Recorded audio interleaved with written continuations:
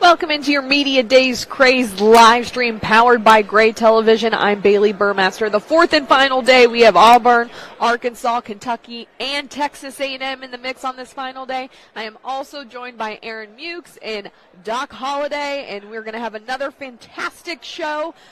It's really funny because as much as I feel like we want to get away from the storyline that is Nick Saban no longer in the SEC, he just keeps popping back up every single day, no matter the circumstances. And yesterday, he made his bid for the national championship and said it was Georgia and Texas. That got back to some of his former players that happened to be in the building, in which they said, and I thought this was hilarious, that Saban used to tell them, don't take anything from talking heads who are out golfing on their free time. So they kind of said, we're not going to listen to him who's golfing on his free time. But how much weight do you think Saban's words have? Because Saban is a very honest guy, and he's one of the most knowledgeable coaches of all time. I mean, for me, it shows that he's trying to do his job to the best of his abilities like he's always done as a head coach. And he wants to go into it being not biased. And I probably would have said Alabama just because, he's been there for so long, and he's established so much culture there. And he's a legend. But I think it speaks a lot to the person he is and the kind of man that he is. And I do like the players kind of jabbing back at him. I think that's fun. Alabama has a chance. So I don't think they're really concerned with what he's saying, but it is kind of a fun storyline. Man, kill that non-biased thing, man. He's the Alabama Crimson Tide legend, man. I think what Saban was saying is like, you all don't stand a chance now that I'm gone. You know what I mean? But now, I understand what he's doing. He's like, I'm supposed to be unbiased. I'm supposed to be, a media person now. But honestly, he's right though. Georgia and Texas and Ole Miss potentially better than Alabama. Yeah. But if it was me and I had been there so long, I'm gonna always say, like, I pick Memphis to win. Yeah. So if I'm him, I'm always say I pick Alabama to win. But I understand why he said what he said. That begged the question after, for me at least, to say, okay, we're in the middle of season and it's coming down to the wire. Is he not going to pick Alabama? Like, this is the preseason. This is all fun. I'll be interested to see the preseason poll from all the media people as well. But, he can say it now and it doesn't really carry a lot of weight.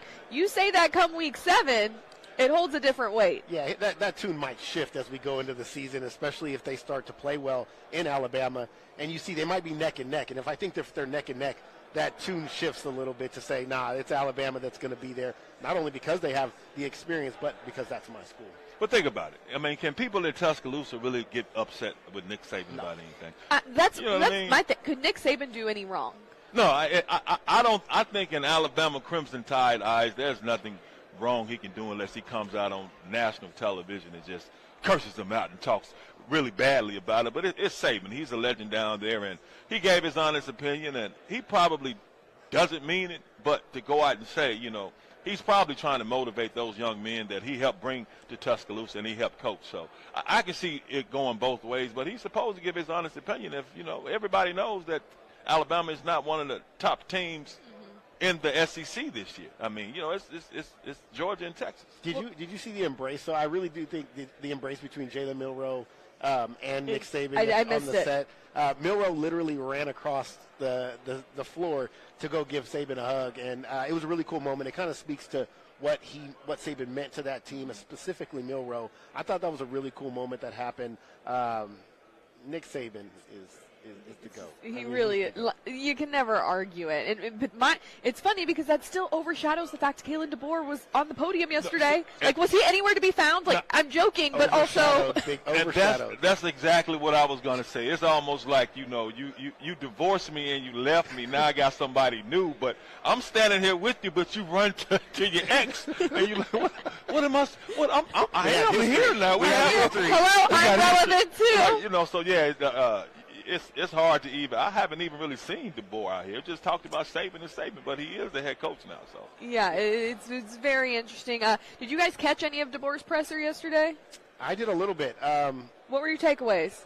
I don't want to say it was a little lethargic. It really was. He talked about what buttoned up. Yeah, it was very, very buttoned up. I think he was trying to kind of watch what he said.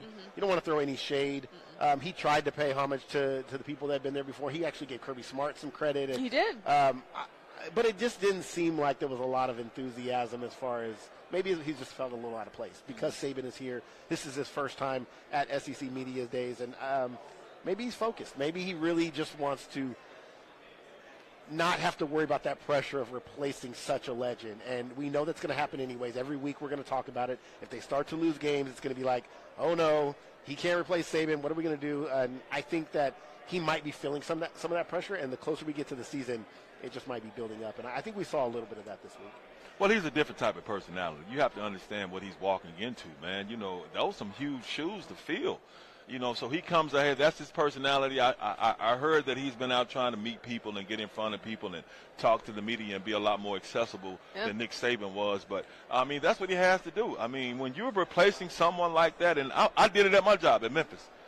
Jarvis Grivel, sports director at NBC, Action News 5 for 40-some years. Yeah. And I stepped right in. So it's the same thing with DeBoer. It's like, okay, Saban is here. Everybody's loving him. And he's like, but I don't want to draw too much attention to myself. So I think he's trying to stay serious, show everybody that he is focused, that he does understand what Saban has done. But when you look at what DeBoer has done in his coaching profession, I think as a head coach, he's won every way he's gone. So I think they have the right man for the job. Well, and also you have to remember Nick Saban has his own PR person when he was at Bama. Yeah. So that's all new. And you mentioned it, DeBoer, meeting with all the media and whatnot. Yeah, he from what I was hearing, he was stopping at anyone on Radio Row who wanted to talk to him, doing any interviews he want, just to make it feel like he was accessible. And I do think that's the right way to go about it early on. Another guy that was up there is a first-year coach here in the SEC, Steve Sarkisian.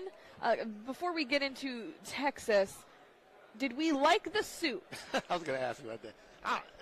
I'm not a lot of people it's like a negative for me. I'll be the first Debbie Downer. It was a little too tangerine. Yeah. It was given sun-kissed. Yeah. I wasn't a big fan. It was more like Tennessee orange. It's like, what was it linen? Like, what was the... I didn't love the color. But I'm not for super extravagant anyways. I wear a lot of dark colors. You can't tell I'm in all black. But with polka dots, though. Yeah, I wore that to match. What did we do? The pinks. What did you do? Miami Vice. Oh, man. Tony Montana. Tony Montana. The last day, man. Tony Montana. Got to bring it day 4. Yeah, but I did like what Sark had to say, and specifically talking about bringing back Ewers and what they were able to build and having a guy like that come back and how important that is. Texas is going to be tough. SEC or not, this is a team that played well last year. They talked about that Alabama game. Beating them last year was kind of the jump starter saying, hey, we can play with the SEC now. Can they do it each and every week is going to be what they're, determining whether they can do or not. Well, go ahead. No, but just look how deep he is, man. We could talk about Texas being first-year members of the SEC, but they've had SEC talent every year anyway. You can talk about the depth. He has the depth. He has one of the best quarterbacks in college football, and he has all the skill positions, and you have the interior line. So Sark can say whatever, he can say what he wants to say, but he understands he has a big dog team coming into a big dog conference. Well, and he was asked to, obviously he said it point blank, we have the deepest team we've had in years, but someone specifically asked him about Arch Manning, which I thought was really interesting because, Quinn Ewers isn't going anywhere. And remember, at some point, Arch Manning was the third-string quarterback for Texas. And do we think Arch sticks it out, or do we see him transfer? Remember when he was going through the recruiting process, the insane reports that were coming out about how much Texas was doing to lure him to Austin. I think this past offseason was big. When Ewers came back, that he didn't go anywhere. Mm-hmm. And I think that says a lot. We have to remember he has a very, very strong foundational support system around him that's in his ear, going to give him the best advice. I do actually think he's going to stick around. I think there's something that he wants to do there, and I think ultimately he stays.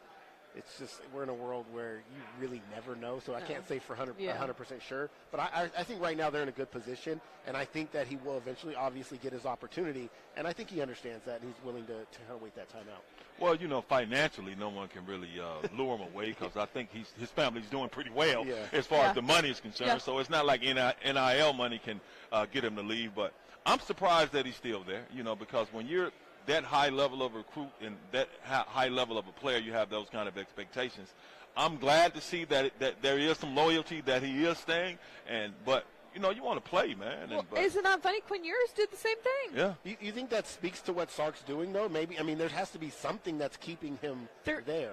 You know what? I will give Texas its flowers since Sark's took over, because the way they've been – listen, we can sit here and say, yes, they have depth and great players years and years back. It's not true. Otherwise, you would have been winning the Big 12 every year. But really, you're getting rocketed by teams like Oklahoma State. Go look up the records of face-to-face in the last couple of years between OSU and Texas. Now, more recently, Texas has had more success, but I think that is to speak to what Sark has been able to do. He's changed the tide a little bit from the times of trying to think like the Tom Herman era.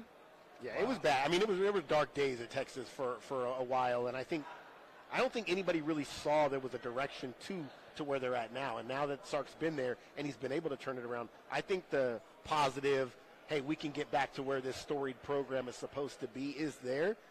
But I still think they have to get over the hump. Otherwise, you're always going to have that conversation of, well, they just fall short. They just fall short. We're in a different time in the way we talk about sports and football specifically.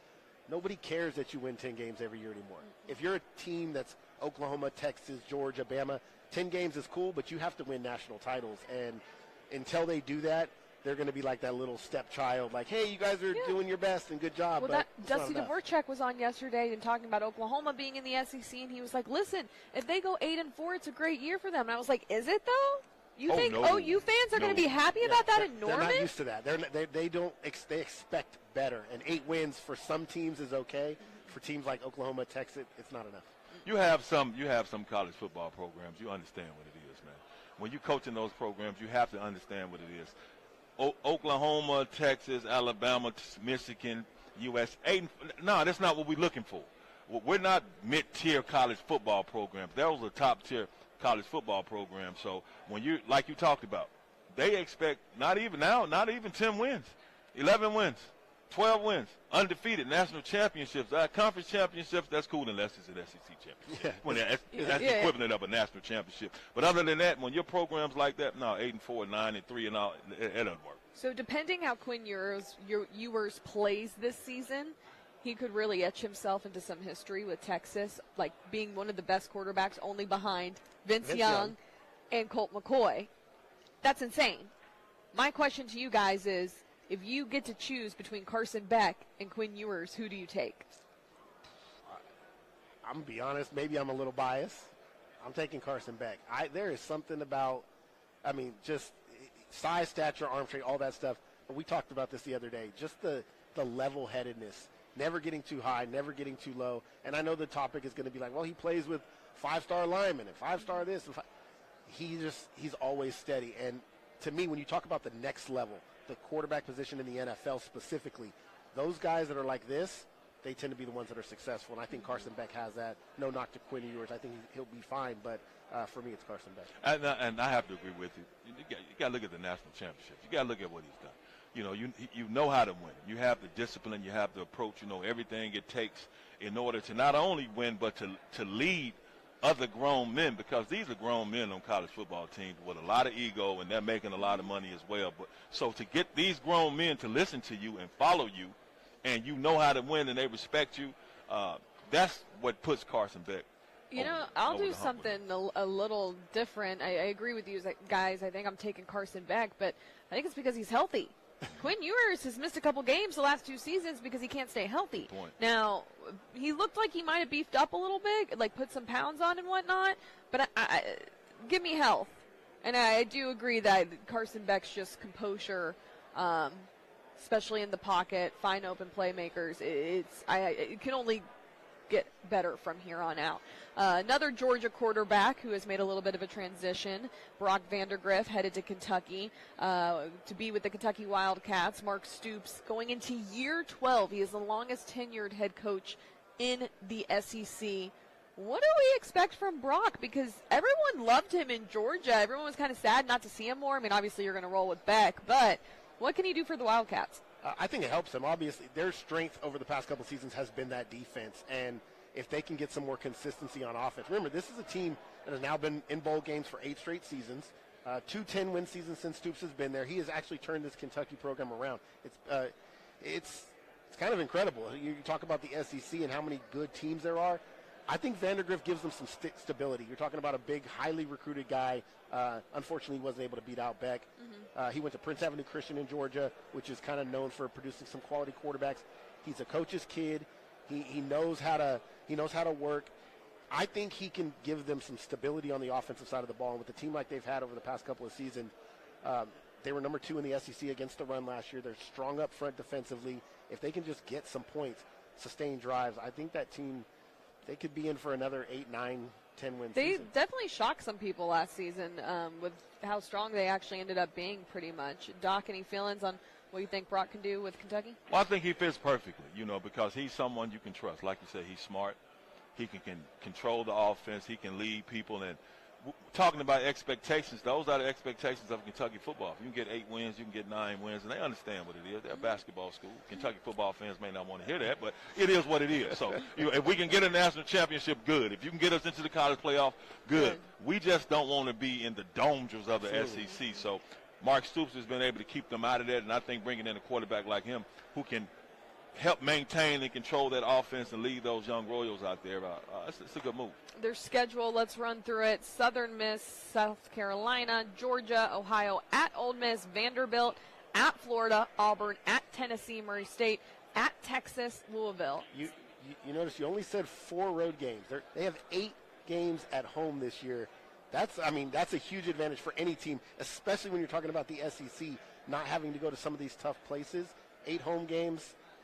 With the new quarterback, new offensive coordinator in Cohen, I think they could have another 8-win season. With no divisions, how do we feel about how the schedules are lined up? Because some people are getting cupcake schedules in the SEC. Some of them are just stupid, insanely hard.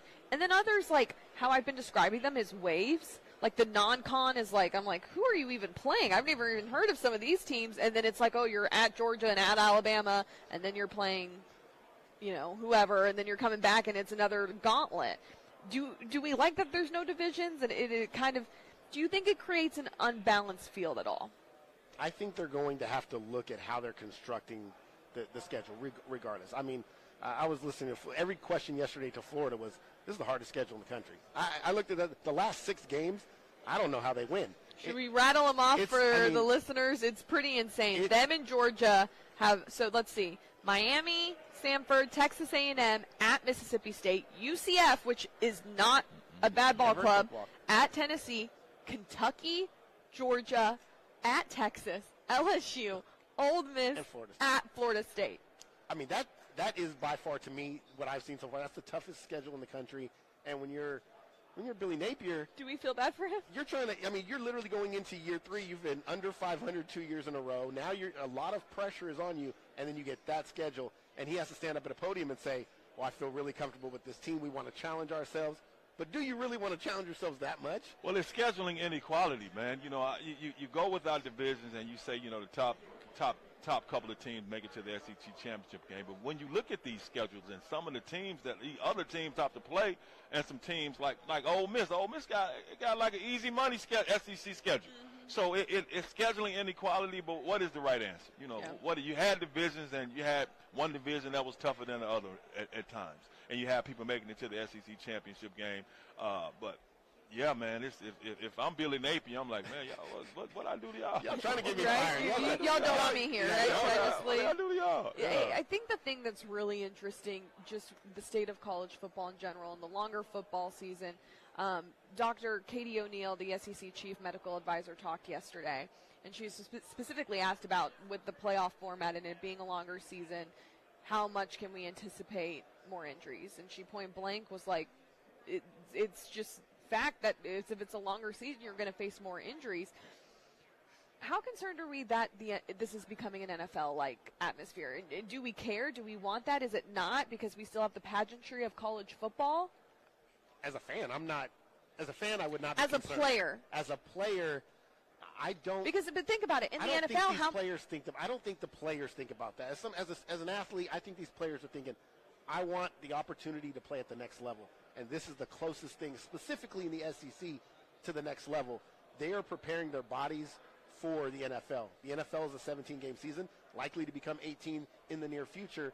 So when they get there, that will prepare them. Having played these long seasons, specifically the teams that go to the playoffs and go far, I think it prepares their body. I don't know that the players are really concerned with it at this level. I think there's too much on the line from a financial standpoint, trying to make it to the next level, that they're not really focused on that aspect of it. I get that, but at the NFL level, you see them combat adding games all the time. Yeah, they've made it already. And even, but that's the thing is they've signed that But contract. health is wealth. Yeah, absolutely. Longer seasons for college, you're still, once you have one injury, you're really prone to having more. And I would look at it this way, because right now it is, they're making money too. They've signed their name on the contract, and some of these top draft picks, they know they're going in the first round or the second round. You get to extending these college football seasons, they're like, hold on, dog. I'm trying to stay healthy. I may be making $2 million here, but I'm trying to set myself up and sign this $20 or $30 million. Now, it's good for college football and it's good for these programs and TV money. But when you're a player, you don't. Hey, look, man, I was cool with 10, 11 games when I was playing. Now 15 games, a lot of it's a lot of football taking place. So you look at that now for somebody that's trying to move up and trying to make a name for themselves. I can see you want more opportunities to shine on the big stage. But if you're somebody like Quinn Ewers and a top player like that, you're like, I don't need to play these extra games. What I'm curious about that I feel like maybe we haven't talked about enough is the scheduling of the 12-team format and bowl games. Yep. They're starting on like a Tuesday or something. It's like the 21st of December. But think about it. If you are the projected first overall pick, and your team's making a run in the playoff, okay? For some reason, you kind of got a vibe you're playing this team, and you're probably not going to win and go to the Natty. Okay, let's just go with me here. You going to sit out? I think that's been the question for a number of years now. The one thing I think the NCAA has seen is with the bowl games that were irrelevant. Mm-hmm. Players that were going to be projected high draft picks. I'm not playing in the citrus fruit orange whatever bowl. Cheez-It, Pop-Tart bowl. Yeah, whatever it is. I'm not playing in that if I know I'm going to be a first-round pick. Now it gives a little bit more incentive because at the end of the day, as an athlete, you want to win. And if you have an opportunity to win or at least showcase your talent at the highest level, it's hard for athletes to just be like, I don't want to play. Now, money's on the line. They can do that. I still think you're going to see some of that, but I think it's going to be less likely to happen now that the playoff format, those games mean something. And even though you may not feel deep down inside that you have a chance to get to the national championship, there's still that what if, man. What if we go on a 3-game stretch and, we win some games and now we're playing Georgia. So I think it's something that has shifted over time, but I do think players at the end of the day still have that competitive edge for the most part. There are exceptions. Now, I look at it this way because, of course, you want players, if you have a chance to win a national championship, mm-hmm. You want them to continue to want to play, and you want them to continue to play. But I know a lot of people are like, hey, championships mean everything, trophies and rings. I'll go back and look. I'll be like, hey, when people win Super Bowls later on in life, what are they doing? Selling them Super Bowl rings to get some money. So it's really about the money and the financial incentives for a lot of these players other than winning some hardware. And I think it's a fair point because that was kind of my next question of if with the 12-team format, does it take away a little bit of the competitive edge we're talking about? Because think about it. There's room for error. You have some cushion now. You lose a game, you're not going, okay, it's good. Yeah. Before you are PO'd. Because you know you're not going to make it, just like Georgia last year. Special. I think that's really what made college football different than anything is it doesn't matter how good you were. You could be the Georgia Bulldogs and go undefeated and then lose one game, and then you're out of contention. And I think that there's going to be a little bit less of that, and that's unfortunate because the week-to-week games might not mean as much. So there might be a little bit of that kind of excitement, a little bit lost this season, but we won't know until we see it. And I think that the SEC will do their best to try to promote these games and at least try to deliver that big-time feel. But at the end of the day, players and coaches know we still have an opportunity if we lose a game. I like it this way, though, because in the past, you would know if you're in Alabama, you're Georgia, you're Texas, you're Michigan, you lose one game because their whole goal is winning championships. Yeah. Lose one game, man, it's over. But now on the other end, they're like, okay, we lost the game, but still, it's not over for us. So a lot of them can still stay motivated and stay focused on trying to get to that big dog. Well, and this helps maybe, you didn't have to do 12 teams. You could have done 6 or 8, but it definitely helps with what we saw last year with Georgia and Florida State. What about the timing of that? I mean, the year before, the whole college football playoff system is about to change. It blows up in their face with all these undefeated teams. And you know what? Georgia was valid. Florida State was valid. Everyone was valid. Yep. I felt for all of them. Should have been 6 teams. Yeah. They should have just said, we'll make an exception. There shouldn't be 6 teams. Yeah, and you know, it's unfortunate that the Orange Bowl ended up being what it was between Georgia and Florida State because all the players were like, no, we out. Yeah, why would we play? Why would we play? Like, to help benefit you and your money and your revenue. Yep. It was a very disheartening situation, and I think what it did, though, it really, I guess, they get it right again, proves college football right. We're going to 12 teams, and this is why. Like, instead of really understanding what the problem was with the original format or if there was a problem, I think no matter what, whether we go to 12, 14, 16, 64, and they do it in basketball, they're always looking to add more teams because it's just about the money for them. Mm-hmm. You're never going to get it right. Somebody is going to be left out this year that's at 13 or 14 that feels like they deserve to get in, and they're going to be having the same conversations that Georgia and Florida State had. Yeah. And great point, because I really doesn't matter what you do. Because, like, someone is going to always feel jilted. Someone is going to always feel rejected. Somebody's going to always feel not wanted. Like, okay, it's top 12. What about us? Look at what we did. I think it's a great opportunity for, college football to put a lot more SEC teams in there because that's the money. Yeah. That's the money. That's what everybody wants to see, so that's what it's really about. Doc, I came across your Twitter the other day, literally yesterday, and you were talking about fashion. Yeah. I want to talk about fashion for a second. Best outfit you saw at SEC Media Days this week. I will say this. I am not a fan of the people who are not from Texas throwing on a cowboy hat just to, like, be part of the culture. Man, by the way, there's a whole thing between straw and felt hats. They need to get it right. It's not felt hat season. It's not felt hat season. I just want everyone to know that. Shots fired. A lot of players came here, and a lot of people came with some hats. Look, birthday boy here had a birthday. This is a sharply dressed man. All week long. Miami Vice. Hey, all week long, he came sharply dressed. I'm going to go with my man right here. I think you should stand up and do a twirl for the street. All I can say is God is good. I know I got my heels covered up, though. These young fellas with the heels out, I don't understand. Yeah. I'm an old guy, boots guy, but I appreciate it. Yeah, I definitely think he was the flyest on the floor. We're going to wrap up and take a short break. Before we do that, I want your high of the week and your low of the week. So what was the high point of your week and what was the low point of your week?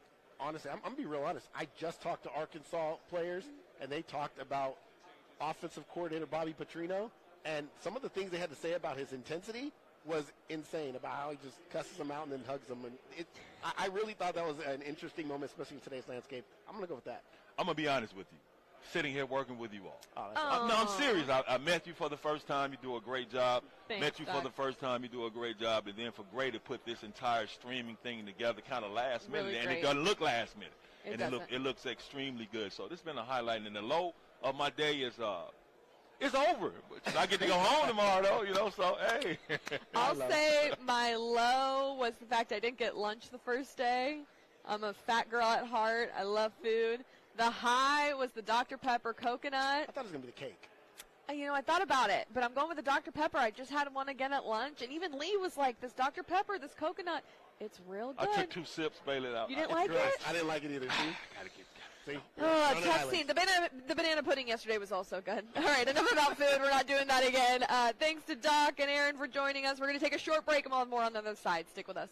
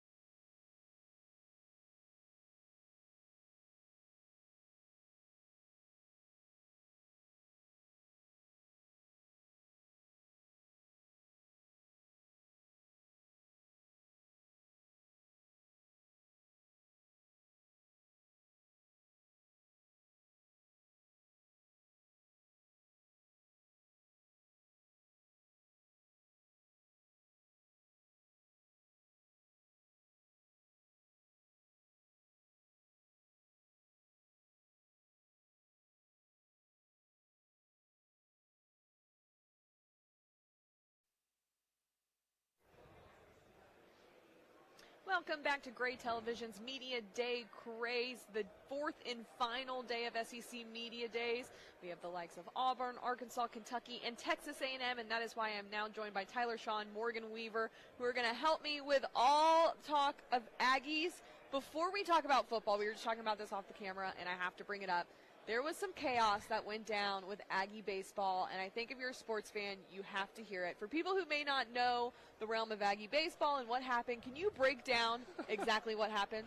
Okay, so first off, it's been a long summer for Aggies. I mean, there has not been an off season yet because they made it all the way to the College World Series Finals, lost in that third game. But so a 2-week-long trip in Omaha, and then on the very last day, right after they lost. Granted, leading up to this game, there were a lot of rumors surfacing that the head coach at the time, Jim Schlossnagle, would take the Texas job, which wasn't even an open job at the time, but there were also Texas fired David Pierce the day of the national championship game, that morning of Game 3. Right, so David Pierce is fired, and now there's an opening, and right after that game, he's asked about it. At the very end of the press conference, a reporter asks, hey, there's some rumors circulating around a certain job, and he gave Jim Schlossnagle a chance to address his future with Texas A&M. And Schloss blew up on him. What did he say? He said it was very selfish of you to ask me that. He attacked the reporter. Yeah. He called the reporter selfish, and he said, you shouldn't have asked me. Granted, it was a very valid question. All he had to do was say... No comment. Yeah, no comment. I don't want to talk about it. Well, also, how indicating is it that you get so defensive at one question? And then he doubled down on it, saying, I can't envision myself taking another job. Or when I took the A&M job, I can't envision myself taking another job again. Less than 24 hours later, he takes that job, Lisha. She's holding down the fort because me and my other coworker are driving back from Omaha. Which is to how long? College Station. It was a 12-hour drive. Yep, I've done it from And Lubbock. in the middle of the drive, the news breaks. Yeah, the news breaks. I'm like, guys, what are we doing? And then, so they came back that morning. They had a whole welcome back celebration. Ton of Aggie fans are there. Jim Schlossnagle's there. And not even, I guess, an hour later, he goes and meets with CDC from Texas in a Snook cemetery. Oh, yeah, he didn't even tell his players, too. I mean, No. they are welcomed by fanfare. Hey, great run in Omaha. And, yeah, an hour later, like right after he just met with fans, He's heading to Texas. oh, he's going to Texas. Well, and on top of that, there was all this speculation about him recruiting players to Texas, right? There was, and they all stayed. They all stayed. And I honestly, I thought that there would be a lot of kind of transferring to Texas. You know, it just happens with the coaching change. But the players are very adamant that no, like we're going to get this done at A&M. Like forget about Texas. And that's mainly due to the guy they hired, Michael Early, who was an assistant and hitting coach, and they hired him internally, and all the players were like, well, we love him, and we're going to stay at A&M. They sort of hired him internally. Michael Early went to Texas. He was at that press conference, and he was on the website, and he's wearing his Longhorn gear as an assistant under Jim Schlossnagle at Texas, and then he gets hired back to be the head coach at A&M. So it's been a lot of drama. Messy. We love the drama, though. I know, like it's so messy. Who knew college baseball could be so messy? How are Aggies fans dealing with it? They don't like Schloss very much. No, Yeah. not at all, to say the least. They've never liked Texas, so, I mean, all Right. I've got to say is there's got to be a lot of security at that game when they play each other in conference in a 3-game baseball series this year. As far as baseball atmospheres go, that's probably going to be the craziest one you're going to see all year. Well, yeah, it's a reborn rivalry of sorts between Texas and Texas A&M. How much are you guys reporting on this week the fact that horns down will not be a penalty unless it's taunting? We definitely talked about it a lot, just how this is not the Big 12. It's going to be allowed in the SEC, and it's not really taunting. No, I love it. I love when, and I think the SEC gets that too. It's part of what makes football so great is the fan interaction and the players getting in it and the rivalries. And when you have things like horns down, it just fuels a rivalry. So let's talk about the Aggies football team. Jimbo Fisher, he's out. It's Mike Elko. What can you tell us about Mike Elko, the type of coach he is, and what he's going to bring to this program? Okay, so far from the players today, they just said there's a whole another level of discipline and accountability within the program, and I think that's the biggest difference that we've seen so far from Mike Elko, and I just think the players respect him a lot. I mean, he knows A&M, he was here as a defensive coordinator, and so he knows the program, he knows what it means to be a part of the 12th man in the Aggie community, and I think the players really respect him and like him. Accountability was a big word. And they've all done it without trying to take shots at the old regime with Jimbo, but there is a new level of accountability that they've all talked about, that they're being held accountable, and that's kind of really been the big difference around Mike Elko. Very disciplined, and It's a no more talking, we're just going to work. Yeah. They don't like – there was every single preseason with Jimbo, there was a lot of noise. Oh, top 5 team, they're going to be national contenders. Yeah. There's none of that this year with the Aggies and Mike Elko. When you look at this team and you see what has happened with Jimbo Fisher, what was the reaction from fans about the $77.5 million buyout? Well, that's a lot of money. It is a lot of money, and we are still seeing the effects of that because there are some budget cuts around. They've fired a lot of people within the athletic department. There has to be a lot of discussion about, and hopefully Aggie fans don't come for me, but the reality is for a program that has all the backing to be successful, they haven't really achieved much. No, they haven't. And that's the frustration, right? It is the frustration. They pour so much into it. They have the stage is set for them. Yes, it is. Everything is there to be a premier national program. They should be. They expect to be, but it just hasn't come to fruition yet. So it's just one of those. It's a waiting game thing. It's like, when is it going to happen? Because they know it could and it should. They have the facilities, they have the money, they have the backing, they have the donors that would love to see. I mean, just the 12-man and Jenner. Yeah, they have the talent a lot. They have the in-state recruitment. I mean, it's just up to them to take advantage. When you look at this roster and the units on this team, where does the strength lie? I think right now you got to go straight to the defense, this defensive line. They've got in some transfers. Nick Scorton was an All-American at Purdue. A hometown kid, actually, from Bryan, Texas, coming in. And you look at him and Shamar Stewart on the edge and in the inside, Shamar Turner and DJ Hicks. I think that's going to be the biggest strength, and it starts on the line. And with Elko being a defensive guy, I think their defense is going to be solid. Yeah, I agree with that. And then, of course, we have Torian York here today, all-freshman linebacker, and he's also a sophomore captain. He made a big move up, replacing Edgerrin Cooper, who went to Green Bay, I believe. So the defense is just the strength of this team. When you look at the team, where does the weakness lie? What are you concerned about? My biggest question is the offensive line. It's just because it's always the offensive line. It's been about 4 or 5 years since there's been a consistent offensive line that protects the quarterback. Every year, A&M goes through about 2 or 3 quarterbacks, and they get hurt, and the offensive line fails to open up holes for the run game, and it's just that's been the biggest crutch for them. So they have a new offensive. They've got a whole new coaching staff, but a new offensive line coach that is supposed to shore up some holes. So and offensive lineman Trey Zune took credit for that today. Somebody asked him about the quarterback injuries, and he's like, us as an offensive line unit, we take that personally, and we want to, whoever is behind us, we want to protect him. So they know. We've been talking a lot about scheduling within the SEC with 16 teams in no divisions. I want to run through Texas A&M's schedule. Notre Dame, McNeese, at Florida, Bowling Green, Arkansas, Mizzou, at Mississippi State, LSU, at South Carolina, New Mexico, at Auburn, Texas. What are the games you guys have circled this season? You just said it at your very last one of the November 30th. schedule.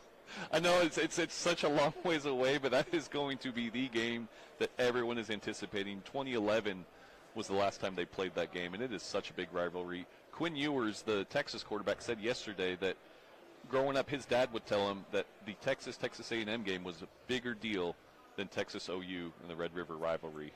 Sark said something yesterday that I just loved, and he was talking about rivalries and whatnot.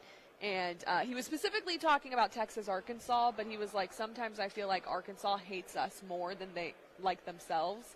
And I just feel like that's the beauty of college football. So I think that is going to be a very exciting game. I want to hear predictions of where Texas A&M lands for their record this season. Oh, I think they get 8 wins. Do you? Yeah, I do. That's very realistic, honestly, and they can get more. But I'm kind of in the wait and see because I really don't know what this team is really going to look like until they start playing. I will say 9 is pretty reasonable, too. When you look at the schedule. Y'all are kind of crazy. I'm like, they may get 7. And you know what? That's fair. That's fair. Am I in the minority? No, you're not. I'm just a pessimist. They haven't proved it yet. So realistic. It could happen. They're going to make a bowl game. They haven't proved themselves. The only reason I say, you might be pushing 9 is because of the schedule. Yeah. The toughest games they have, Notre Dame, Texas, LSU, they're all at home. Mm-hmm. They don't really have any true daunting. It's a hard place to play. It is. So, they're not going to Alabama. They're not going to Georgia. It's a very fair schedule considered to what other teams are facing when you look at their schedule. I mean, Right. the two hardest schedules I look at are Florida. I mean, poor Billy Napier, that man. Georgia's. This might be the last SEC Correct, media and days. it's not even his fault. It's not even his fault. It's the schedule fault. Georgia's is really hard, but no one talks about it because it's Georgia. Yeah. So it's like, oh, like they're the top dog to beat. So it's not that hard. But it's very interesting to see how the schedules have all planned out with no divisions and 16 teams and making it work. That it's funny because you have to believe there's going to be teams that are 10-2, and there's going to be a team that's 8-4, but that team might be better. They just have a harder schedule. Yeah, and I'm curious to see how that plays out with the 12-team playoff. Like how much are they going to reward? Is a 9-team or 9-win team able to make the playoff? Yeah. If you got 3 losses, are you still a top 12 team? So It could leave a lot of SEC teams headed to that 12-team playoff format. So we will see. Tyler Shaw, Morgan Weaver, thank you guys for joining us. We're going to take a short break. We'll have more on the other side.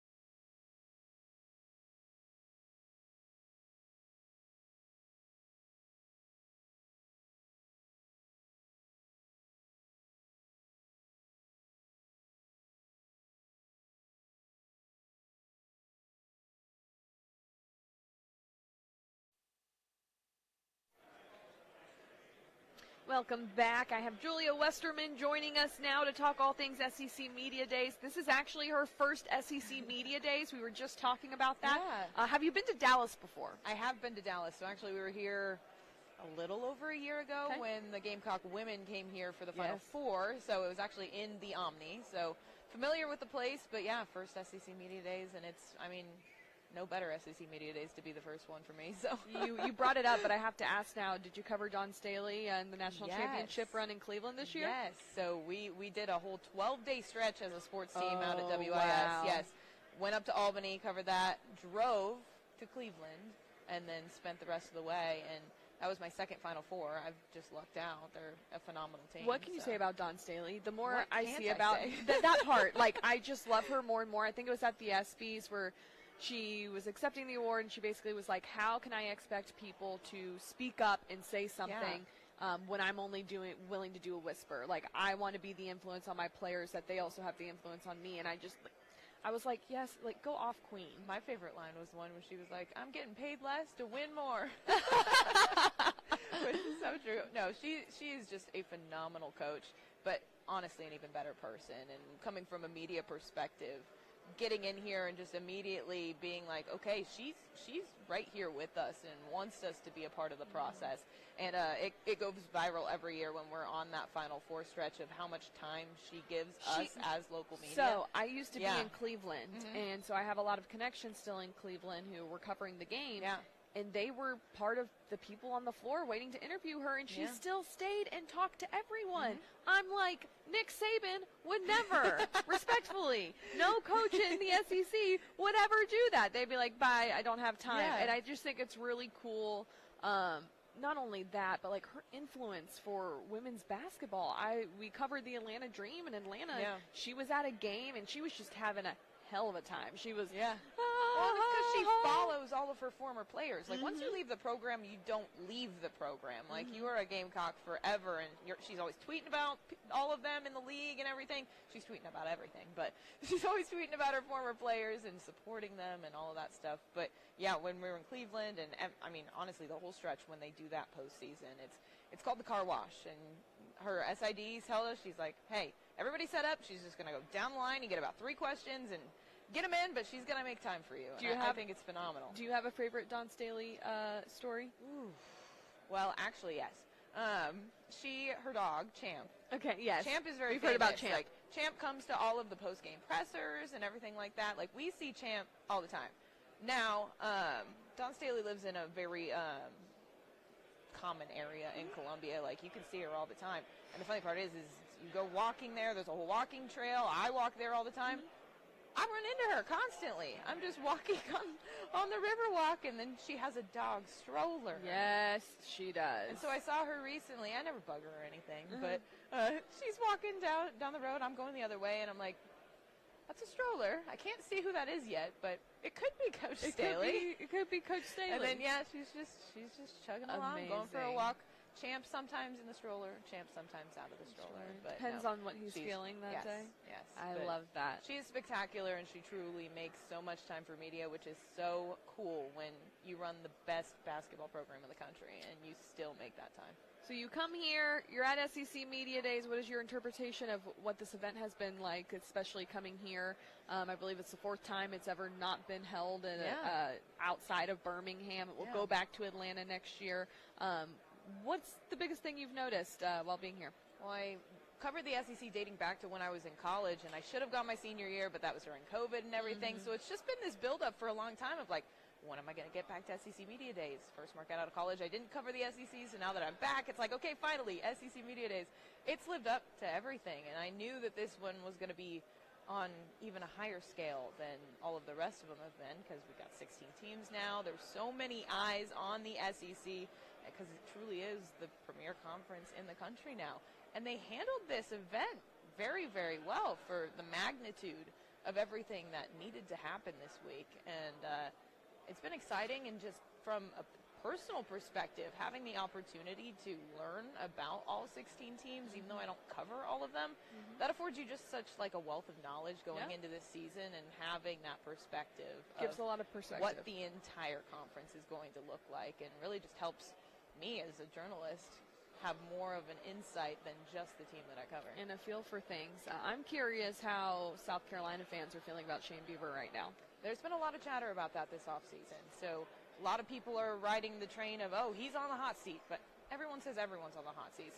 My boss said to me yesterday, unless you're Kirby Smart, basically every other coach in the country could potentially be on the hot seat. So I don't think he is. And we've discussed this in our coverage all week long. I mean, he has one of the toughest schedules in the country. Not to mention everyone in the SEC has a tough schedule. But South Carolina's got a gauntlet of a schedule. And I think they're going to work hard at it, obviously, but even if it doesn't shake out the way that they want it to this year, I think he'll be fine this year. And it's year 4. I know people want to just microwave everything and have results immediately, but in this day and age in football, like, there's the margin of people who immediately have success is very, very small. What I think about is very interesting in college football is there's a lot more grace in this sport than there are other sports. If you look at the NBA right now, you have 3 bad games and they might fire you. That's where we're getting at this point. Yeah. And JJ Redick's getting a job and he's never been a head coach. It's kind of insane. 4th grade basketball on his resume. The only time I can think of that actually happening was when Cliff Kingsbury left Texas Tech and ended up being the head coach for the Arizona Cardinals, kind of falling upwards. So I like that the college game still has some flexibility, and a lot of athletic directors are willing to give these coaches a chance to turn it around. But I think you're right. For Beamer, you're headed into year 4.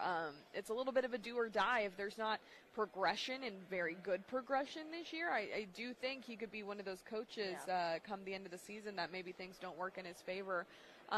When you look at, you were talking about their schedule. Let's talk about it. ODU, at Kentucky, LSU, Akron, Ole Miss, at Alabama, at Oklahoma, Texas A&M, at Vanderbilt, Missouri, Wofford, and at Clemson.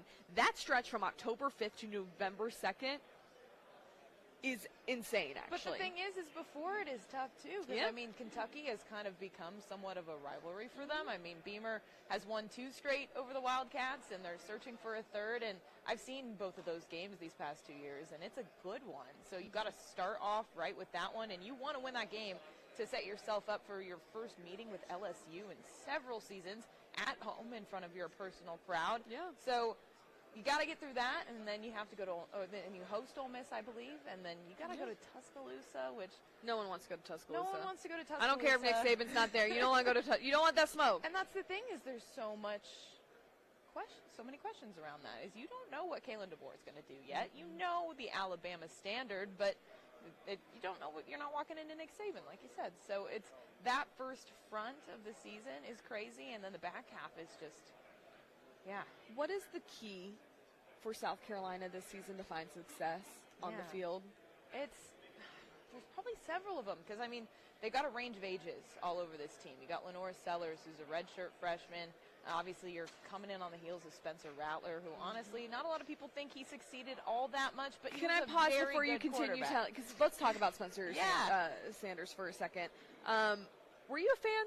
I like Spencer Rattler, not Sanders. Sorry, I'm getting my Mix schools them up. confused. No, tomato. I liked Spencer Rattler a lot, and a lot of people, when he came out of Oklahoma, they were like, he was controversial. He was controversial before he went to Oklahoma. They said, "Good luck, have a great time covering Spencer Rattler." And then over the past 2 years, I'm like, I don't understand why people said that. He is a phenomenal person, a phenomenal player.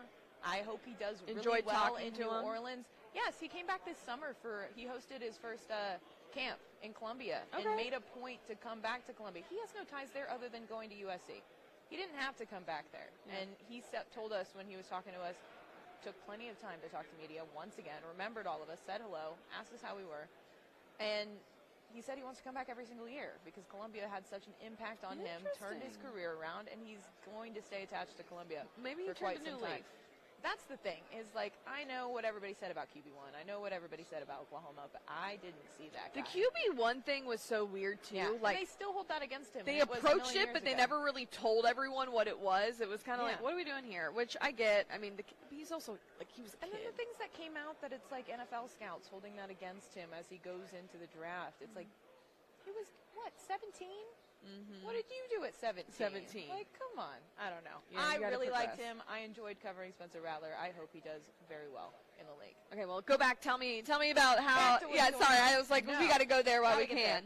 But the keys, just based on the things that we've talked about this week, I mean, getting Lenore's clicking very quickly. I mean, you don't know how that's going to go. Yeah. I think he's a very good quarterback. Honestly, he's got a little bit more from a dual threat perspective than some other players have. He can run, he can pass, all of that. Got to get him going, but you also got to protect him. The O-line really needs to give him that time to figure out what he needs to do. If he starts getting pounded early in the season, that's not going to work out well. But the bright spot, the defense is going to be the oldest it's been under Beamer. It's year 4 under the defensive coordinator, Clayton White. They're all really old. They're veterans. They're guys that decided to come back again. They had unfinished business. They want to be with this program and see it succeed.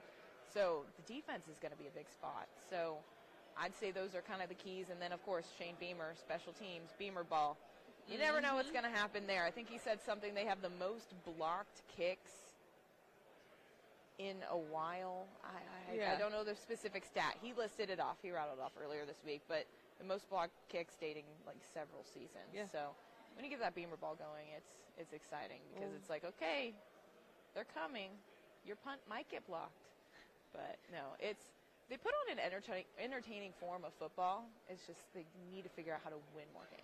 We will see how they fare in 2024. Julia Westerman, thank you for joining us. We're going to take a short break. We'll be right back.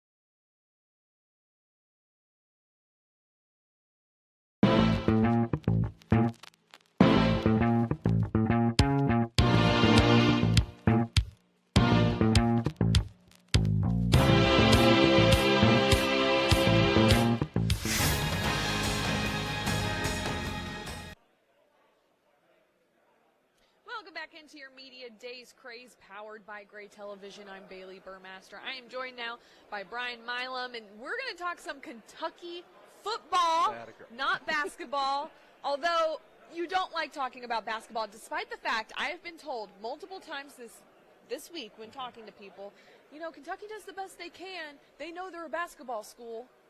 What is that? Is that really a sentiment that's felt in Lexington? In the 20th century, yes. But since the 21st century has rolled around, you think of Kentucky has been to more than a dozen bowl games, which, again, prior to the year 2000 was unheard of. You'd go a couple of times in the 70s, a couple of times in the 80s.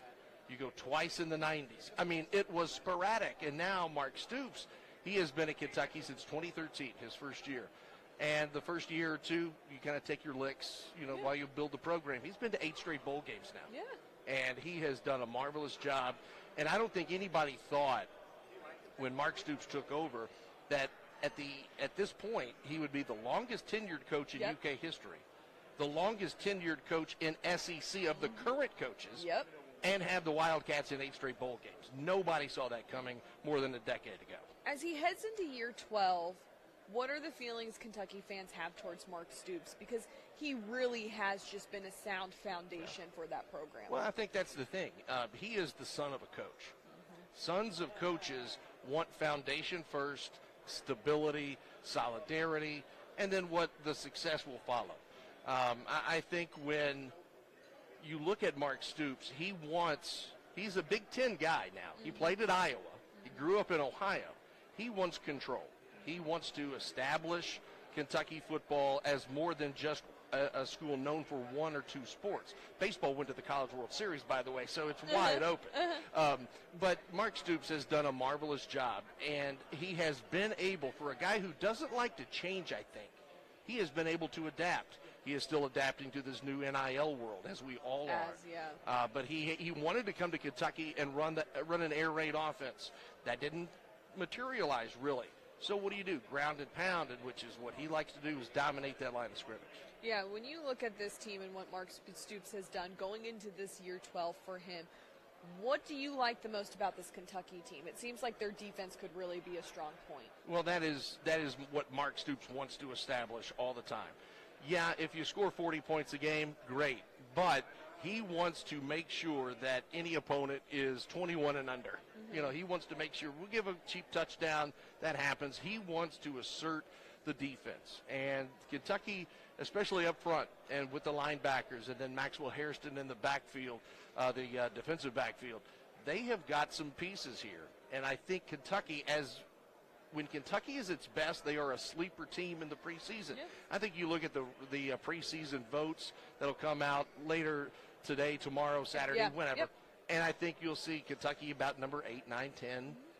And then by the end of the year, you're like, now they're number 5 maybe, number 4. They have always done that. And I don't know if you feel like this, but, as the weeks progressed, we talk about all these teams, and all the storylines, whether it's Kalen DeBoer and Nick Saban retiring, whatever it may be. Something that's kind of fascinated me is the fact that Kentucky, from a bigger scale here, I know you're in Lexington, so you're covering them, but I feel like they haven't been mentioned that much. And that's weird to me because this is a team that you just said is a sleeper team and should not be overlooked. But it's the way it is every year. And it's going to be that way until Kentucky can crack the Alabama bubble that Auburn, the Florida, Tennessee, now with Texas and Oklahoma, it does not get any easier. But if you go back and look in the Mark Stoops era, he has had those big wins. Not enough, not what he would want. He wants to win them all. But he has finally broken the Tennessee curse more than once, more than twice. He's beaten Florida, ending a 36-year drought. I mean, so Stoops has put Kentucky onto the SEC football map. Now, where are they on that ladder? Again, as you mentioned, nobody talks about Kentucky. Mark Stoops wants it that way. Yeah. Nick Saban Fly always, under the radar. That's right. Nick Saban always talked about the rat poison and all of that. Well, Stoops likes to be the underdog. He's a blue-collar guy at heart.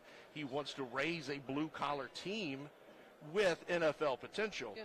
But, yeah, you're right. When you look at the first team, second team, third teams, whatever, you're not going to see many Wildcats. But at the end of the year, if they get what they want, especially if Brock Vandegrift can materialize at quarterback and Chip Trainum at running back, wide receivers are solid. Defensive line solid. Offensive line for the most part is pretty good. Linebacker, I'm telling you, they could be that team that, oh, yeah, remember back in July we talked they were that team that could win 8 games or 9 games? Don't be surprised if they do. Well, and you brought it up, Brock Vandergriff coming from Georgia. He was really beloved in Athens, just obviously was never going to play over Carson Beck, who was doing a phenomenal job. What has been said and what is to make of Brock Vandergriff? Is there excitement with this fan base about him? I think there's excitement anytime you get something new, especially when Will Levis came to Kentucky from Penn State a couple of years ago, and no one says, well, this guy didn't even play at Penn State. Oh, he leads you to the bowl game. Oh, wow, a huge game over Iowa. And then when Devin Leary comes in a year ago, I think there was so much expectation. I do not like expectation from fans and from writers, journalists, because we don't know what they can do yet. Yeah. Because he did not get much run at Georgia. But his dad. And if he did, it was Ball State, UAB. It was cigar time. Yeah. You know, it was like the cigar. We've got this one in the bag. So we have not been able to really see him. So I'm in the spring game. So I'm in practice a little bit. But until he gets under those lights and assumes the control of this ball club, everybody's going to say, what can he do? We'll find out soon enough. Well, what would you say is the ceiling for this Kentucky team in 2024? Well, for a team that has never gone to an SEC championship game, first off, there's been 3 years in the last 7 or 8 where Kentucky had to beat Georgia, either in Athens, in Lexington, to get that division crown. Didn't happen. I don't think SEC championship game, yes, that's the dream. But I think the realistic expectation, the ceiling, if you look at the schedule, and it's a loaded schedule. Yeah. I think that if you get to 8 or 9 wins, if you get to double digits, the health of the guys up front, as we say every year. And it's a longer season. We've been talking about that all day. It's going to change things. The strong will survive in the SEC. What do I mean by that? The teams that have the depth and can withstand some of those core injuries that are going to inevitably happen will be the ones who end up in the SEC championship or that 12-team format playoff.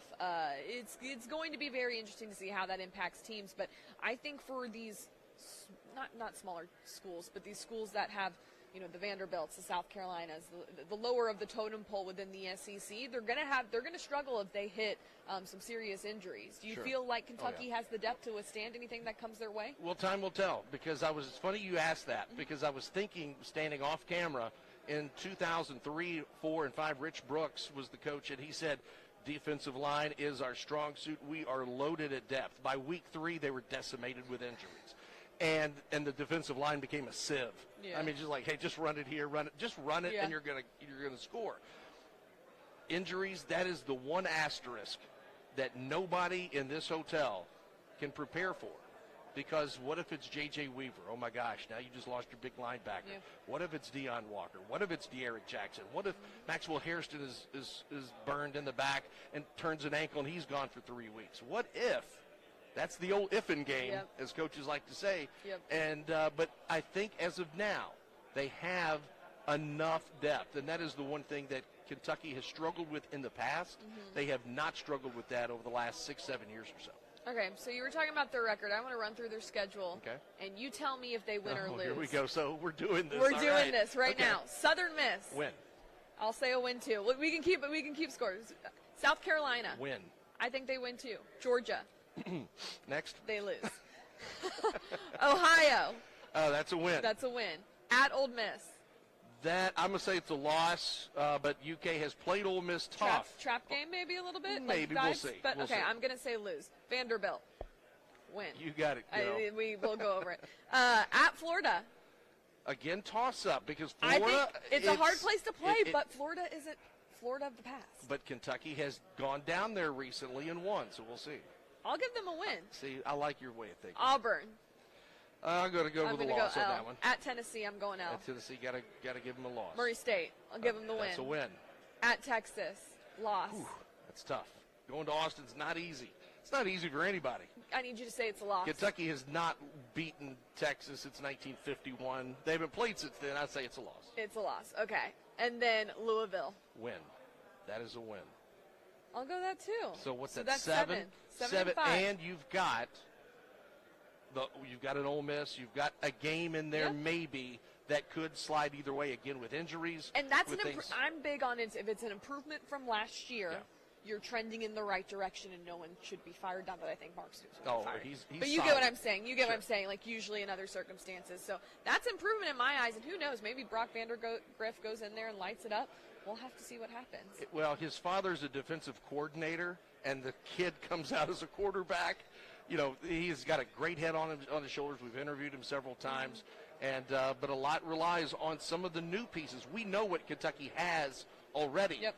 but will the new additions live up to what UK needs them to do? We will see. Brian, thank you for joining you, us. Bailey. Stick with us. We're going to be right back.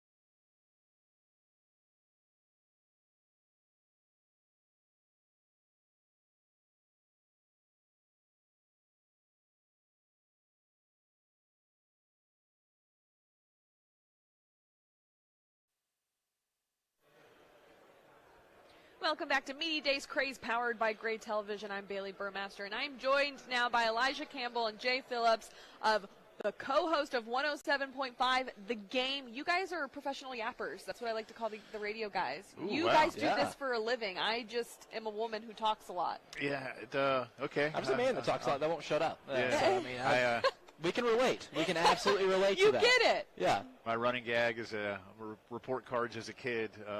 Jay's a good student, but he talks a lot. Talks and too I'm much like, in you know class. what? Now look at me, all those teachers in 3rd and 4th grade. Tune in. You know. See what's up. That's right. It paid. It paid off. Annoying adults as a kid ended up paying off as an adult. Now I get to annoy adults, so it's all good. Yeah. Now you get to annoy them by doing your hottest sports takes. That's right. And you've been in Dallas all week, broadcasting live.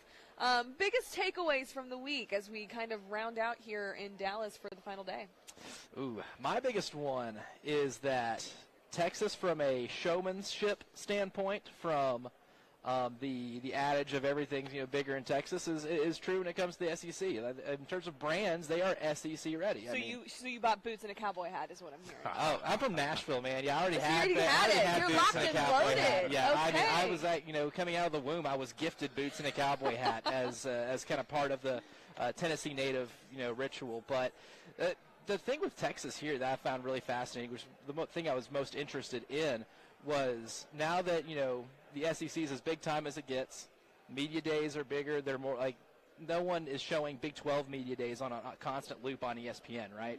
But they fit the mold of a program that is really big and commands a lot of attention. Whether or not they're going to be able to do that in their first year in the SEC, playing a full SEC Because schedule. remember, they weren't doing that in the Another Big one. 12 until very recently under Steve Sarkisian. I That's just right. want to be very yes, blunt about that. Yes, absolutely. And guess yeah. what? OU used to be that powerhouse, and even the recent years they had not because of Brent Venables taking over and kind of growing pains with that. Well, that's where I am, Bailey, on this. Texas, to me, is a lot more. Elijah's right. Look, Texas, the brand, and Texas, the alumni base, and the spending power is gigantic.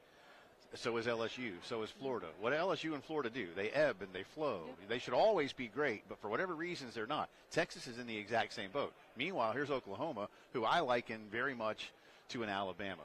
They are consistent.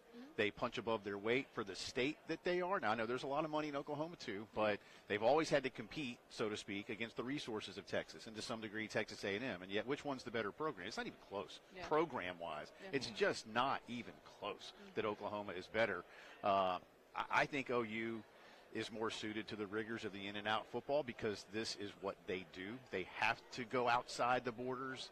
I tell Elijah all the time, and I've told people I work with for years, the program that recruits the state of Texas the best is the University of Oklahoma. And they find ways to make sure that they're better than you. I agree with that in like a historic past sense of the last couple of years and so many years.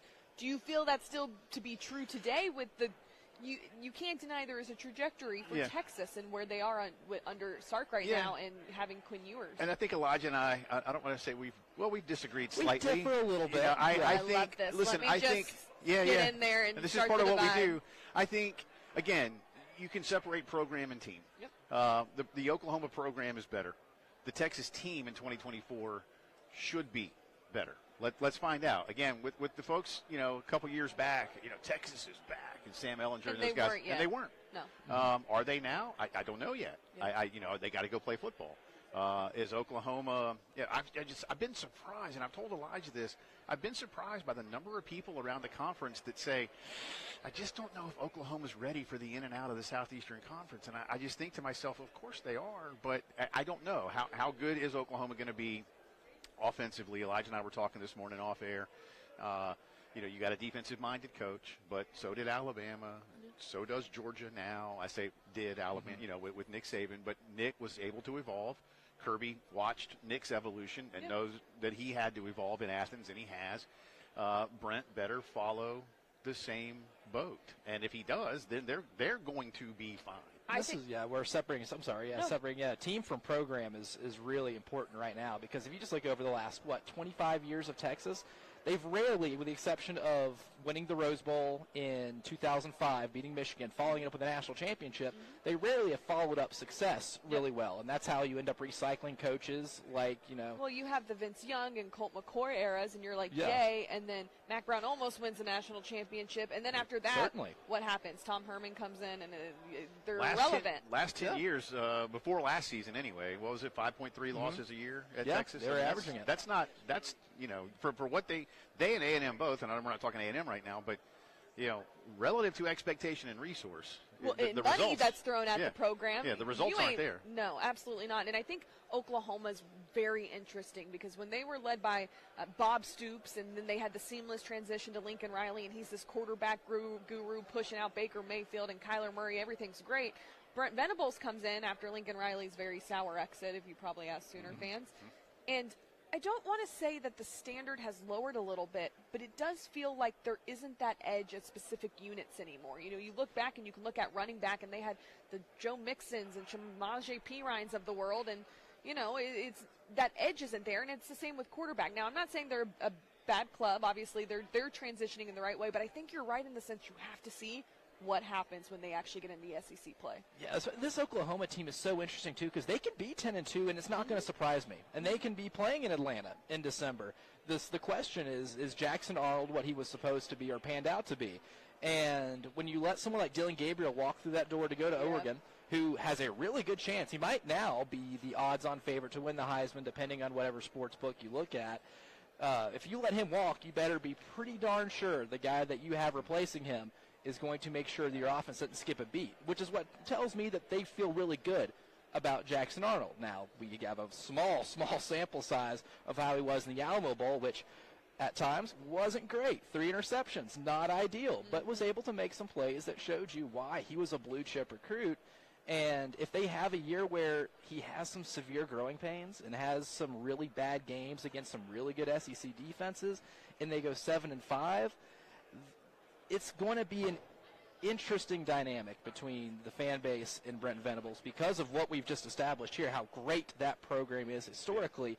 Since like the late 90s, they have not had consecutive years or even like a 2 and 3 year stretch where they're down. And this is a real possibility if this 19, 20-year-old kid who's taking, snaps can't get it done in the first year. If there's less than 9 wins, it changes the conversation significantly in Norman because, again, of not just the expectation, but the factual expectation, if you will. I mean, again, winning 10 games is what they do, and even though the situations aren't the same for Oklahoma relative to Georgia a few years ago, they are kind of in the similar boat of, Georgia parted ways with Mark Richt amicably as best you can, while Coach Richt was winning 10 games a year and won the SEC 3 times. But what did he not do? He wasn't delivering the national championship, and Georgia folk knew they had the talent to do it. But for whatever reason, they were not. Kirby has unlocked that last little bit that needed to be done. Is Brent that guy? Because for all the greatness in the Big 12, it's been, 24 years since Oklahoma won a national championship. And that's a program that under Coach Switzer won a bunch, and before that, obviously. So while they are consistently great, they're not all the way up. And now it does get harder because you're in the SEC, and these teams play defense. Yeah, and not to mention, if you are Oklahoma and you finish 8-4, that's terrible. That's not good. Oh, that's terrible. They're not happy. No, that's terrible. Yeah. And that would be a successful season in this league. Correct. Yeah, this year. Yeah. Let's take the University of Tennessee, for example, right? Yeah. I mean, they went from being sick and tired of playing in the Peach Bowl and being 8-4 every year to where, we got to cut, ways of Philip Fulmer. And then it took like 3 different head coaches and a fan base that was starved for about a decade where they would have given up a body part to go 8-4 in this conference. Yep. They would have done some absolutely foul stuff just to win 8 games in this league. So if you slip off or even just a little bit and maybe have some mismanagement of leadership, 8-4 may sound not good to them right now because of where they've been, but it can be a hard climb just to get to 8-4 in this league with all the teams that are in it, with the scheduling luck you're going to have because there's no divisions anymore. So scheduling is going to be a lot different. But 8-4 might be one of those things that Oklahoma fans might think of now and start getting repulsed. But in like the first 10 years in this league, 8-4 isn't as bad as because that can get you in the playoff now, depending on how the season well, goes. and there's going to be a couple teams from the SEC probably getting in that playoff with what all these schedules are panning out to be. Do you believe Sark when he says this is the deepest roster he's had this season? That he has had? Yes, that he has had. And that's why I come back around to one of the things that we do agree on, the team versus program part of it all. I think Sark, like so many Nick Saban students, if you will. I don't want to say disciples all the time. Sark wasn't with him that long like Kirby was or some others, but he was there enough to realize, and we all know this, but if you don't have quality depth, you will not win this league. No. And you really won't even get into a New Year's Day Bowl scenario. You've got to have quality depth. And I'll liken it to what we saw at South Carolina under Steve Spurrier back in Columbia. I can remember times when guys would go down and the replacement was like just as good. And that's the rarity in South Carolina. That's why Carolina won, 49 games in a 5-year stretch. You had quality depth. You come to what Texas has, and maybe that's been part of it, Bailey. I don't know. I'll be honest. I follow Texas because I follow college football, but now we've got to follow them a lot more closely. But you look at what's going on when it comes to depth. If you don't have great depth, you will not win the SEC. Before we get out of here, I want to know who is the quarterback you would choose in the SEC to be your quarterback if you got to choose just one. If I got to choose just one, I think it might end up being Quinn Ewers. I think he might be the most well-rounded. Over Carson Beck? Because he's a better deep ball thrower. Okay. And Carson Beck, only about, 14% of his passes went over 20 yards. The offense doesn't need Carson Beck to do that. So it's kind of like the J.J. McCarthy thing last year. Michigan could win without him. They didn't need him to be great, but I think he can be in an offense that gives him the keys to be able to sling it whenever he wants or at will. I think just, to put a little spice on this, I think Quinn Ewers is maybe a little better of a downfield thrower. He's cut out the interceptions, and I think I'll lean Ewers here. Jalen Milroe is the leading Heisman vote returner in America. And I love Jalen Milroe. I was a Heisman voter that put him on my ballot third last year. I was the outlier. I caught a lot of heat for it, but I love that kid and I think what he can do, how big a difference he made for Alabama. Now with the confidence that he has and an offensive-minded quarterback coach, I think he's going to do big things. Do we give Jackson Dart any flowers? Oh, yeah. I'm a big Jackson Dart believer. I'm a Jackson Dart truther. And I love Lane. No, you just like the mullet. Yeah, you're a hair guy. Clearly. I think you just like the and mullet. that guy might have the best hair of anybody that walked in this building this week, and that's an objective opinion. True. Yeah, that's probably true. And he had a really good suit too. But on the field, I love his dual threat ability. I mean, this is a guy that when he scrambles can pick up 7-8 yards constantly, and he might have the best ensemble of weapons. So when we look at this at the end of the season, he might end up having better counting stats, cumulative stats, because Trey Harris probably doesn't get enough love for being a Biletnikoff favorite, I would say. I mean, him and Luther Burden, you have the two best receivers in the country in this league, and I don't think the separation between Burden and Harris is that drastic, right? I mean, we cover South Carolina. We know exactly how important Juice Wells was to this Carolina team, and he transfers to Ole Miss, and he might be the number 3 or 4 option. On this team. That just goes to show Jackson Dart might have the best embarrassment of riches of people to throw to than anyone in this conference. Hopefully they can wield it into something special in 2024. Jay and Elijah, thank you guys for joining Bailey. us. Good We're going to take a short break. We'll be right back.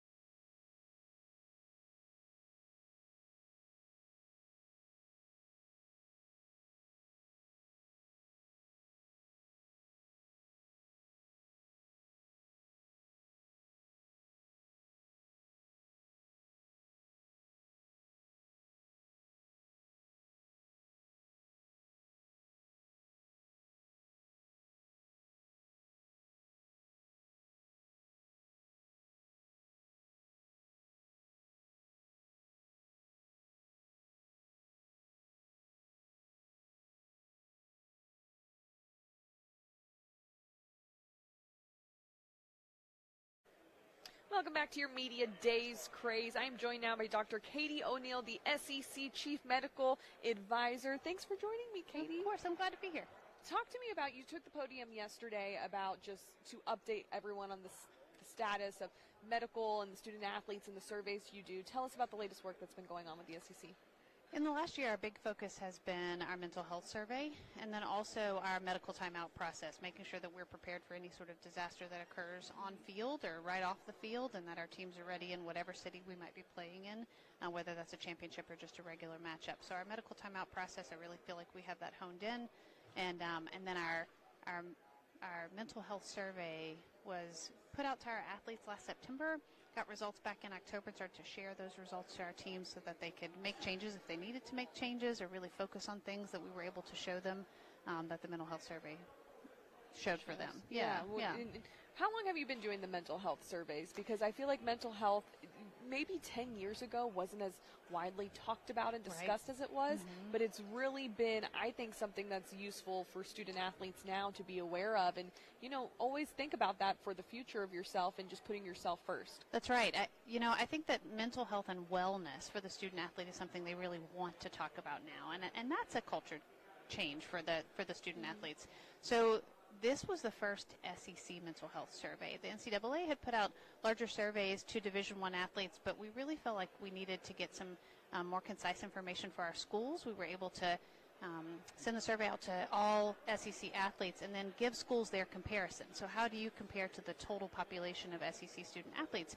One of our most interesting finds was we had a school whose student athletes said, "We love the flyers that the mental health team puts out." And so when we asked them, how do you get your information? This school particularly said, "I get information from the flyers." No other school had that kind of survey reaction. So we said, well, we need to get your flyer and let everybody else know you must have these amazing flyers. And it was a simple kind of trifold that just told some background about their mental health counselors, but really focused on what they like, what are their interests, what sports did they play, and it helped those student athletes pick the best counselor for them. Yeah. And they really like that. So those are the kind of things that we learned that we were able to share and hopefully improve everybody's program. And what kind of questions are in these surveys that you're asking the student athletes right now? Because I'm sure as much as the game evolves, whether it is football or soccer or just basketball, other sports, it's ever changing. And so you kind of have to direct that with the survey, I'm assuming, as well. Right. We wanted to know about what their perception of mental health, as you spoke earlier. What's your perception of mental health? Do you feel like you all have good mental health? Do you think that there are more resources needed? What's the difference between wellness and mental health in your mind, so that when we speak to the athletes about what we're trying to provide to them, are we talking the same language? There's so much that student athletes are keyed into every day. What's my schedule like? Am I getting enough rest? All of that plays into mental health. But when you say mental health, a lot of people tend to start to talk about suicide prevention. Yeah. So where on the spectrum do student athletes want us to meet them, and what are those resources that they're looking for? So a lot of the questions kind of geared into those sorts of ideas. What kind of trends are you seeing now of difference maybe between the female athletes in college and the male athletes in college? So our female athletes were far more focused on their schedule, their class schedule and then their practice schedule, and they wanted it to be routine, and they talked about the stress of when that routine breaks up, whereas our male student athletes didn't necessarily focus as much on the routine of their schedule. They focused more on the perception about mental health and changing that stigma. So different answers, which helps us, again, feed that back to our schools to say maybe you need to have two different ways in which you approach male and female student athletes. This year, the college football landscape is shifting to a 12-team format for the playoff, which inevitably makes it a longer season. I had the opportunity to talk to Georgia head coach Kirby Smart about how that might affect their preseason. He said it's definitely going to be condensed and it's going to be different because injuries are going to be inevitable. How inevitable are these injuries going to be with the season being longer? I'm assuming there's facts or stats that can back up. The longer a season is, the more likely you might be to get hurt. Yeah, I mean, right now we have individual schools data, which shows us that schools can trend their injury data over time. Anytime that you have multiple games in a row, you're going to see your injuries stack up, and then you have a break. You have your off week, and in that off week, lots of rehab occurs, and student athletes come back onto your roster. So how do you start to plan for that cadence as you approach the college football playoff, especially for people like Kirby Smart who are looking at, how do I need to look at my rehab schedule with my game schedule? injuries are inevitable, but injuries are preventable. And we've seen some of the best evidence come out of the NFL showing us how to prevent injuries. So we're taking that evidence to say, how can we incorporate that into the SEC way and hopefully prevent some injuries and allow our athletes to stay on the field. What advice can you give to universities or athletes about, returning from injury if it does happen in the turn of the season? I think about a specific player with Georgia last year was tight end Brock Bowers, who had the ankle surgery. He was trying to come back, but he wasn't necessarily fully healthy.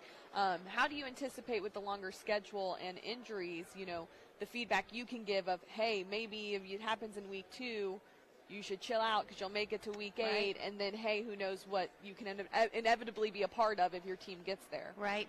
So what we've been focusing with when we talk to the student athletes is, first, you need to go into the visit and define your goal. And you need to let the healthcare professional talking to you that day know what your goal is. Is my goal to play this weekend? Is my goal to play for the next 3 years?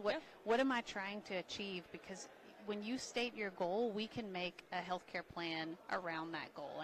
And that goal is oftentimes made with your parents. Made with your coach sometimes, but made often with your athletic trainer, who can then say, is that goal achievable? Like, I know your injury and I know what you need to rehab.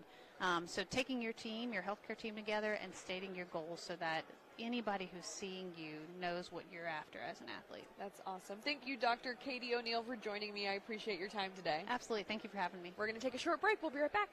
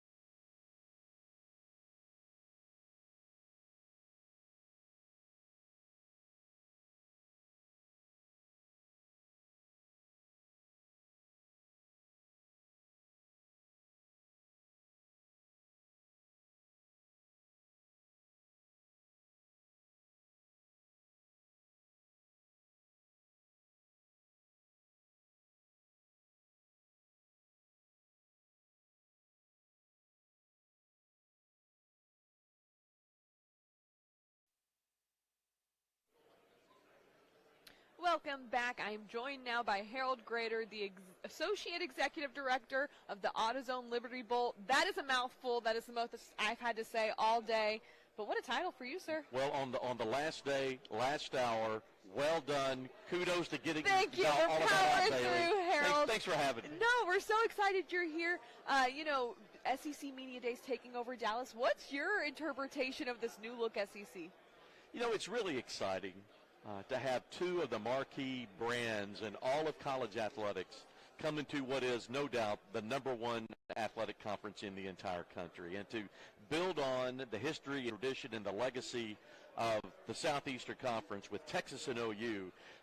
It's in the stratosphere, and the best wants to play the best, be associated with the best, and there's no doubt now that the SEC is that, and with Texas and OU, it only gets bigger and better. It's also interesting, the AutoZone Liberty Bowl is always usually, correct me if I'm wrong, an SEC Big 12 matchup. Correct. Now you have two former Blue Bloods in the Big 12 coming to the SEC. That's right. But the Big 12 also looks different. Does that make you excited for whatever this matchup could be down the line? Oh, absolutely.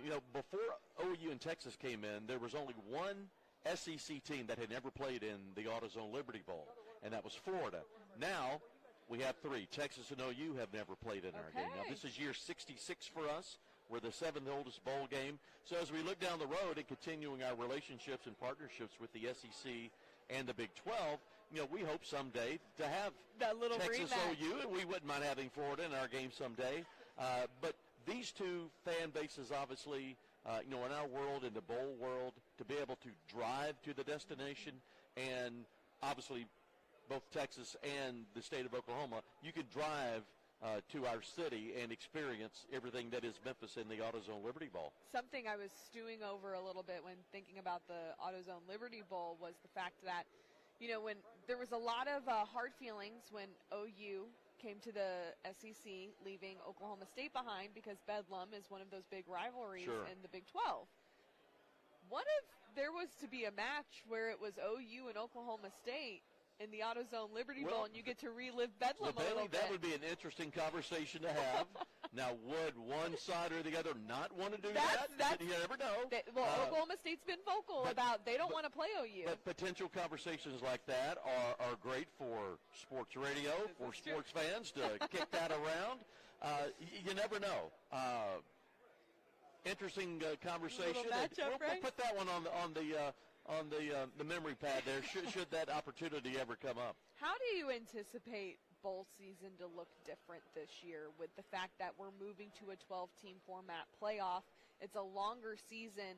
No one really knows what that scheduling is going to look like. Do you anticipate that bowl season will still have the drive it does despite there being a new format? We think so, and Sam Pittman was very poignant earlier today in his comments about the bowls outside of the playoff, that we still need to focus on the bowls. And one of my points that I make with folks is there's certainly going to be so much exposure and attention to the 12. Yeah. Who's going to be in that 12-team playoff, the expanded playoff?